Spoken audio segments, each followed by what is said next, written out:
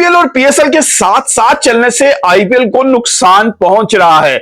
और यह बात मैंने बहुत पहले बता दी थी कि जब ये विंडोज एक्सपोज हुई थी कि चैंपियंस ट्रॉफी की वजह से पीएसएल और आईपीएल का स्केड्यूल क्लैश करेगा, और उस वक्त मैंने कहा था इसका फायदा होगा पीएसएल को, और बहुत से इंडियंस ने कहा था ऐसा पॉसिबल नहीं है, बल्कि उल्टा पीएसएल को नुकसान होगा। लेकिन अभी रिकी पॉन्टिंग की जो स्टेटमेंट आई है उसने इस बात की तस्दीक कर दी कि वाकई आईपीएल को मुश्किलात पेश आ रही हैं, क्योंकि पीएसएल साथ ही उस वो लीग जो है ना एक ही विंडो में चल रही है। और मुश्किलात क्यों पेश आ रही हैं वो मैं आपको बताता हूं।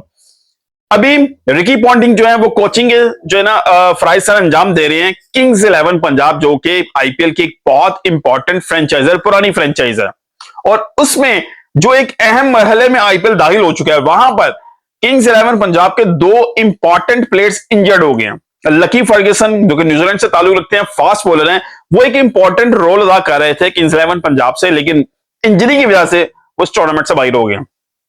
उसके बाद ग्लेन मैक्सवेल जो कि ऑस्ट्रेलियन ऑलराउंडर है, अमेजिंग बैट्समैन है भाई, वो भी फिंगर फ्रैक्चर होने की वजह से इस टूर्नामेंट से बाहर हो गए। अब इस सिचुएशन में रिकी पॉन्टिंग जो कि कोच भी हैं और जो 15 रुकनी स्क्वाड बनाने में अहम किरदार अदा कर रहे हैं किंग्स 11 पंजाब के लिए, वो कहते हैं कि इस सिचुएशन के अंदर रिप्लेसमेंट ढूंढना कि पीएसएल भी साथ साथ चल रही है, ये हमारे लिए मुश्किल हो गया, क्योंकि क्वालिटी प्लेयर सारे अब बाकी पीएसएल में चले गए हैं।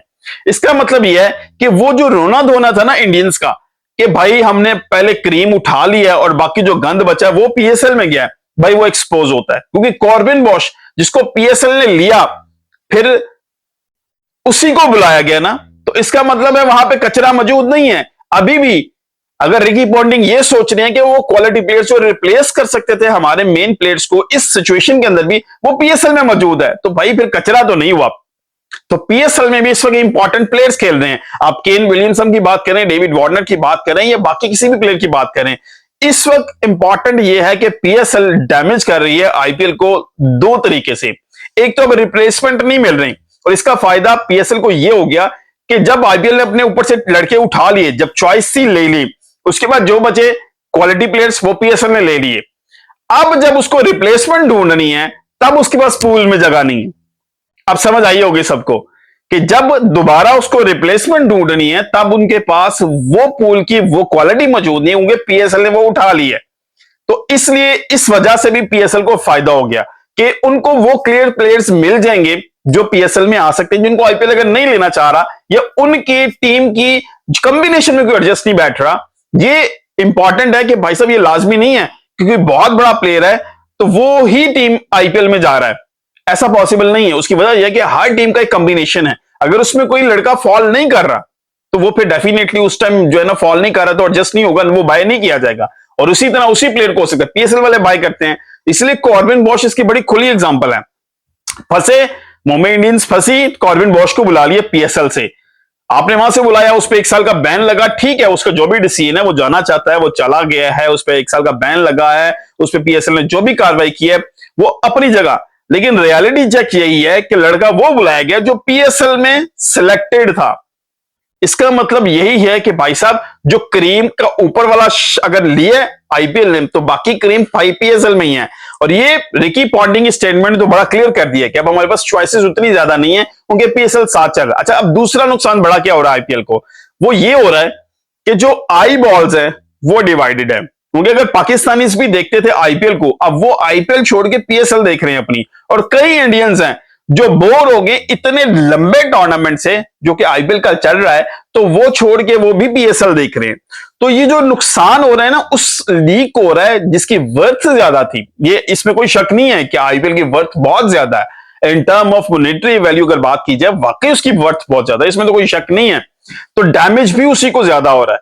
पीएसएल अपने रिदम में चल रहा है और मुझे लग रहा है पीएसएल को डबल फायदा हो रहा है इस सिचुएशन के अंदर, प्लेयर्स के हवाले से भी और आई बॉल्स के हवाले से भी पीएसएल इस हवाले से फायदे में जा रही है। और आईपीएल के लिए सिचुएशन डेफिनेटली टफ है कि अगर आपको रिप्लेसमेंट ढूंढनी पड़ रही है और वो प्लेयर्स पीएसएल में खेल रहे हैं तो कौन छोड़ के इधर जाएगा चलते हुए पीएसएल के अंदर से। कॉर्बिन बॉश जो था वो तो गया भाई साहब स्टार्ट होने से पहले, फिर भी उस पर 1 साल का बैन है।